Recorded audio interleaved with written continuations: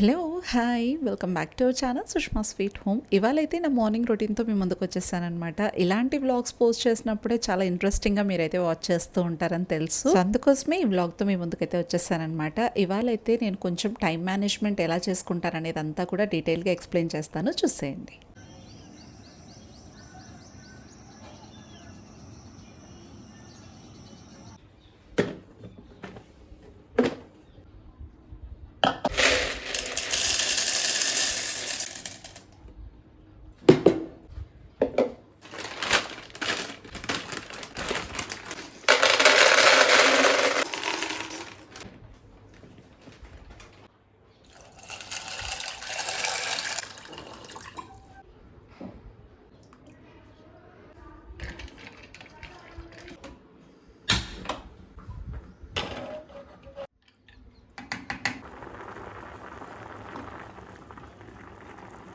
ఎండలైతే మండిపోతూ ఉన్నాయి, బట్ కానీ ఉదయాన్నే లేవగానే ఆ మంచు చూసేసరికి చాలా హ్యాపీ అనిపించింది. ఇంకా అలా కాసేపు అక్కడే కొంచెం అంత వాటర్ తీసుకుంటూ స్టే చేశాను.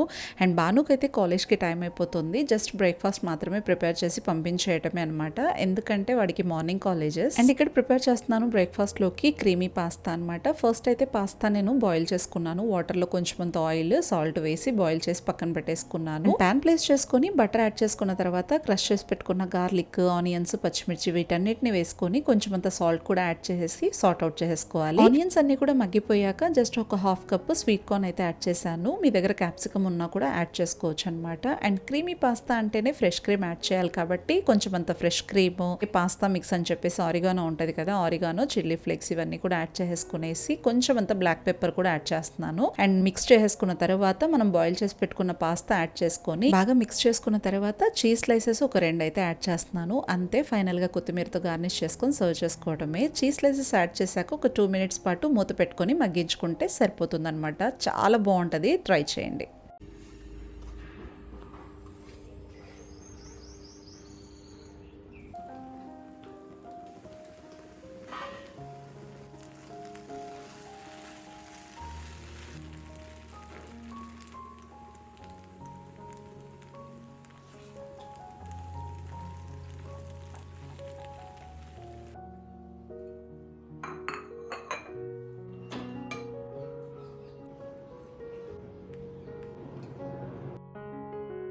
ఇక బానుకి హస్బెండ్కి అయితే సర్వ్ చేసేసాను. మార్నింగ్ బ్రేక్ఫాస్ట్ అయితే రెడీ అయిపోయింది అనమాట. బాను కూడా రెడీ అయిపోయాడు కాలేజ్కి.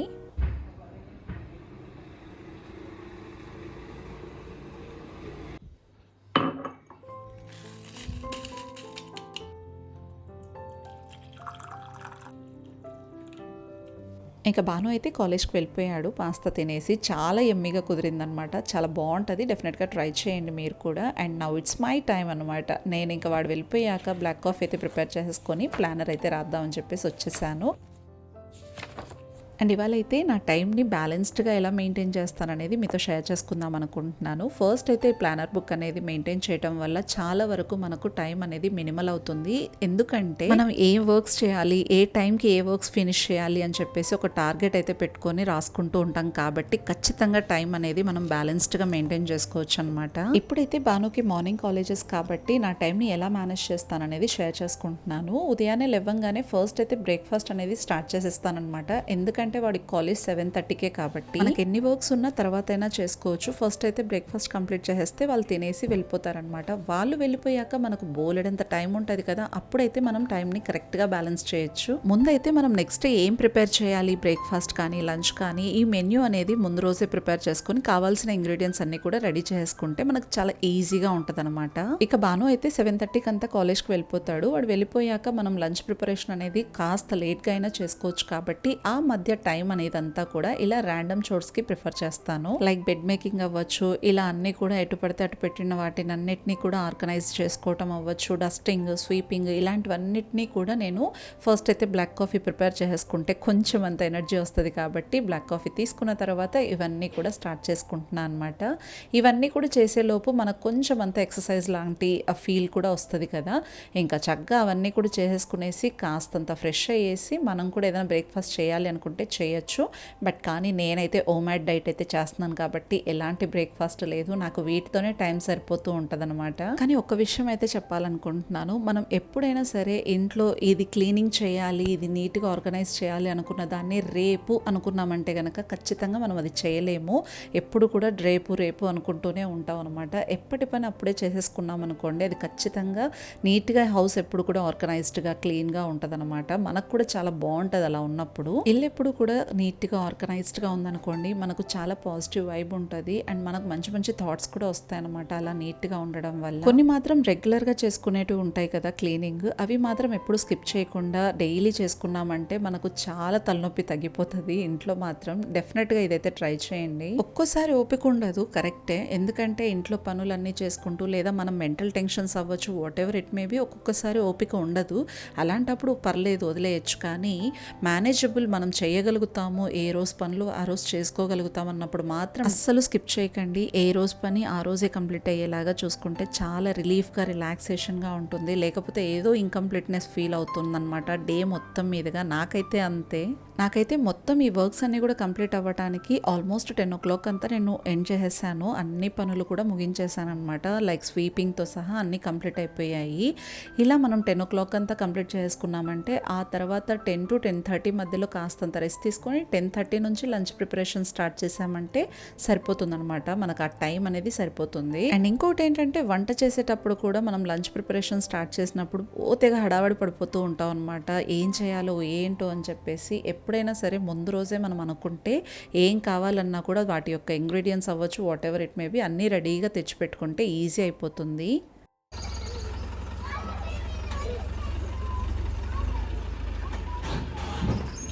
ఇక పనులన్నీ కూడా కంప్లీట్ చేసుకున్న తర్వాత 10:40కి అలాగా మరి కిచెన్లోకి అయితే వచ్చేసానమాట. ఇవైతే నేను లాస్ట్ నైటే నానపెట్టేసుకున్నాను, చోలే అండ్ అలాగే రాజ్మా అనమాట. ఇవాళ లంచ్లోకి ఇవి ప్రిపేర్ చేద్దామని చెప్పేసి నైటే నానపెట్టేసుకున్నాను. ఇవేంటంటే నైట్ అంతా నానడం వల్ల కొంచెం అంతా స్మెల్ వస్తూ ఉంటాయి కాబట్టి చక్కగా వాష్ చేసేసుకునేసి కుక్కర్కి అయితే పెట్టేస్తున్నాను అనమాట. ఇలా కుక్కర్కి పెట్టేసేటప్పుడు కొంచెం అంతా సాల్ట్ వేసేస్తున్నాను అండ్ అవన్నీ కూడా మునిగేదాకా వాటర్ యాడ్ చేసి కుక్కర్కి 3 to 4 విజిల్స్ పెట్టుకుంటే సరిపోతుంది. అండ్ మెయిన్ మనకు ఇవన్నీ కూడా చాలా వరకు టైం సేవ్ అవ్వాలి అంటే మాత్రం కుకింగ్లో కుక్కర్స్ చాలా వరకు హెల్ప్ అవుతాయి. నేను అందుకే కుక్కర్స్ ఎక్కువగా యూస్ చేస్తాను. అండ్ ఇక్కడ చూసారు కదా, ఒక పక్క ప్రెషర్ కుక్కర్లో చోలే కుక్ చేస్తున్నాను, ఇంకో పక్క ఈ ప్రెషర్ కుక్కర్లో పప్పు ఉడకపెట్టేసుకుంటున్నాను అనమాట. ఇవాళ మసూర్ దాల్తో పప్పు అయితే వండేస్తున్నాను, జస్ట్ లైట్గా వండుకుంటున్నాను అనమాట. ఇది అందరికీ తెలిసిన రెసిపీనే కాబట్టి నేనేం షేర్ చేయట్లేదు. బట్ కానీ మనం ఏం వంట చేయాలన్నా కూడా కొంచెం అంతా, ఇప్పుడు ఎలాగో సమ్మర్ వచ్చేసింది కదా, ఈ సమ్మర్లో మనం ఎక్కువగా కిచెన్లో ఉన్నామంటే చాలా చిరాకేస్తుంది, అసలు ఇబ్బందిగా ఉంటుంది కదా. సో అందుకోసమే ఏదైనా కూడా మనం వంటగదిలో చాలా ఎంత వీలైతే అంత తక్కువగా ఉండడానికే ప్రయత్నించాలి. అండ్ ఇంకోటి ఏంటంటే ఏదైనా సరే వర్క్ చేసేటప్పుడు చాలా వరకు మొత్తం బాడీలో ఉన్న స్ట్రెస్ అంతా కూడా బయటికి తీసి ఆ ఎనర్జీని అంతా యూజ్ చేస్తూ పనిచేస్తూ ఉంటాము. అంత అవసరం ఏమీ లేదు, ఎంత వీలైతే అంత తక్కువ ఎనర్జీని యూజ్ చేస్తూ కూడా చేసుకోవచ్చు అనమాట. మనం ఏ పని చేసినా కూడా చాలా లైట్ ఫీల్ అవుతూ చేసుకుంటూ వెళ్ళిపోవాలి. లేదు అంటే కనుక మన ఎనర్జీ లెవెల్ మనకు తెలియకుండానే లో ఫీల్ అయిపోతూ ఉంటాము. రేపొద్దున ఏ పనులు చేయాలన్నా కూడా మన చేత కూడా కాదనమాట. సో అందుకోసమే ఏ పని కూడా ఎక్కువ స్ట్రెస్ తీసుకోకండి, ప్రతిదీ కూడా మేనేజబులే, మనం చేయగలుగుతాము ఏ పనైనా. బట్ కానీ ఇష్టంతో చేయాలి అంతే, ఇంకేమీ లేదు. ఇప్పుడు టైం వచ్చేసి కరెక్ట్గా 11 అలా అవుతుంది. నా ఫాస్ట్ అనేది బ్రేక్ చేసేస్తాను కాబట్టి నేను బాదం అండ్ పల్లీలు నానపెట్టేసుకున్నాను నైటే. ఈ సోక్డ్ ఆల్మండ్స్ అండ్ పీనట్స్ నా ఫాస్ట్ని బ్రేక్ చేస్తున్నాయి ఇవాళ అయితే. ఇంక ఇవన్నీ కూడా తినేసాక ఇంకా మామూలుగా నా కుకింగ్ అనేది స్టార్ట్ చేసేసుకున్నాను అనమాట. ఎప్పుడైనా సరే మనం ఏం చేయాలన్నా కూడా ఒక పక్క మనకంటూ మనం ఇంపార్టెన్స్ చేసుకుంటూ కుకింగ్, ఇంటి పనులు అన్నీ కూడా చేసుకోవచ్చు అనమాట. ఇంక ఇక్కడ చూస్తున్నారు కదా, మంచిగా చోలే బాగా కుక్ అయిపోయింది సాఫ్ట్గా. ఇంకా దానికోసమే ఈ ఆనియన్స్, పచ్చిమిర్చి కూడా కట్ చేసుకుంటూ ఉన్నాను అనమాట. వాటిని కుక్కర్లో పెట్టేశాను కదా, అవి బాయిల్ అవుతూ ఉంటాయి. ఇక్కడ మనం కటింగ్ ప్రాసెస్ అన్నీ కూడా చేసుకోవచ్చు. అండ్ ఇక్కడైతే చోలే ఫ్రై అయితే స్టార్ట్ చేశాను. ముందైతే ఆయిల్ వేసుకొని అందులో పోపు దినుసులు లైక్ ఎండుమిర్చి, ఆవాలు, జీలకర్ర ఇవన్నీ కూడా వేసుకున్న తర్వాత వెల్లుల్లి రెబ్బలు అనేది ఖచ్చితంగా యాడ్ చేయండి. ఆ తర్వాత ఆనియన్స్, పచ్చిమిర్చి యాడ్ చేసుకొని మొత్తం అంతా కూడా ఫ్రై అయిపోయాక కరివేపాకు కూడా యాడ్ చేసుకున్నాను. అంటే ఇందాక యాడ్ చేయలేదు కాబట్టి ఇప్పుడు యాడ్ చేశానులేండి, అంతే. కొంచెం అంత సాల్ట్ కూడా యాడ్ చేశాను. అండ్ కొంచెం జస్ట్ హాఫ్ టీ స్పూన్ అంత పసుపు యాడ్ చేసుకున్న తర్వాత కుక్ చేసి పెట్టుకున్న రాజ్మా అండ్ చోలే యాడ్ చేసుకునేసి మొత్తం అంతా సార్ట్ అవుట్ చేసుకున్న తర్వాత డెసికేటెడ్ కోకోనట్ పౌడర్ అయితే యాడ్ చేస్తున్నాను. మీ దగ్గర పచ్చి కొబ్బరి తురుము ఉంటే మాత్రం చాలా బాగుంటుంది. నా దగ్గర లేదు కాబట్టి నేను జస్ట్ ఎండు కొబ్బరి పొడి మాత్రమే యాడ్ చేస్తున్నాను. ఒక 2 to 3 minutes ఇలా కుక్ చేసుకున్న తర్వాత ఇప్పుడు చాట్ మసాలా పౌడర్ ఒక 2 teaspoons లాగా యాడ్ చేస్తున్నాను, అంతే. ఇది కొంచెం అంత ఫ్లేవర్ యాడ్ చేస్తుంది కాబట్టి యాడ్ చేస్తున్నాను. అండ్ లెమన్ కూడా ఉంటే యాడ్ చేసుకోండి, నా దగ్గర లేదు, నేను యాడ్ చేయలేదు.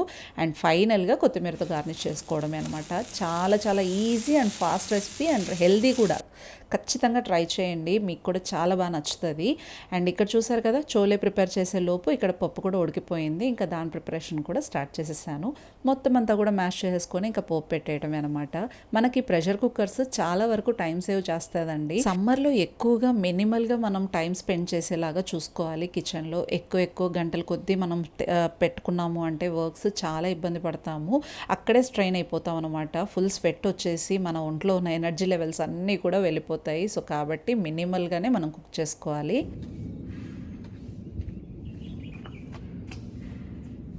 చూసారు కదా, చాలా ఫటాఫట్గా అయిపోయింది. ఇక్కడ పప్పు చేసేసాను అండ్ అలాగే చోలే ఫ్రై చేసేసాను. ఇవన్నీ కూడా డిష్ అవుట్స్ చేసేసుకున్న తరువాత టోటల్ ఎప్పటికప్పుడు కౌంటర్ టాప్స్, ఈ గ్యాస్ స్టవ్స్ ఎప్పటికప్పుడు మనం క్లీన్ చేసుకున్నామంటే చాలా టైం సేవింగ్.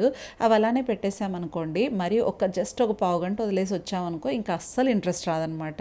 ఆ క్లీన్ చేయాలన్నా ఇంట్రెస్ట్ రాదు, యుటెన్సిల్స్ వాష్ చేయాలన్నా ఇంట్రెస్ట్ కూడా రాదు, ఎందుకంటే లేజీ ఫీల్ వచ్చేస్తుంది డెఫినెట్గా.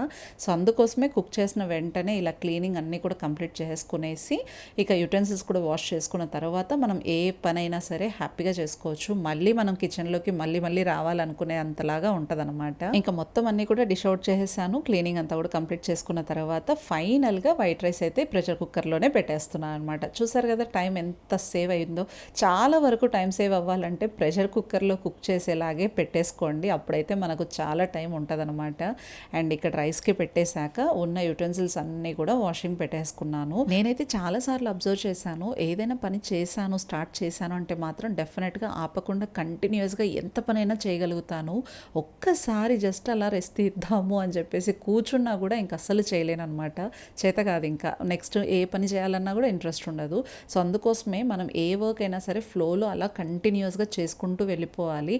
ఆ తర్వాత మనం మంచిగా ఫ్రెష్ అయిపోతే వస్తుందండి రిలాక్సేషన్, మామూలుగా రాదు అసలు. నాకైతే అలాంటి రిలీఫ్ అండ్ రిలాక్సేషన్ అంటే చాలా చాలా ఇష్టము. నేను చాలా వరకు అలాంటివి చాలా హ్యాపీ ఫీల్ అవుతూ ఉంటాను అనమాట. వర్క్స్ చేయడానికి చాలా ఇష్టంగా ఫీల్ అవుతూ ఉంటాను. ఈ మధ్యన థైరాయిడ్ వల్ల చాలా స్ట్రెస్ ఫీల్ అవుతున్నాను, అంతే.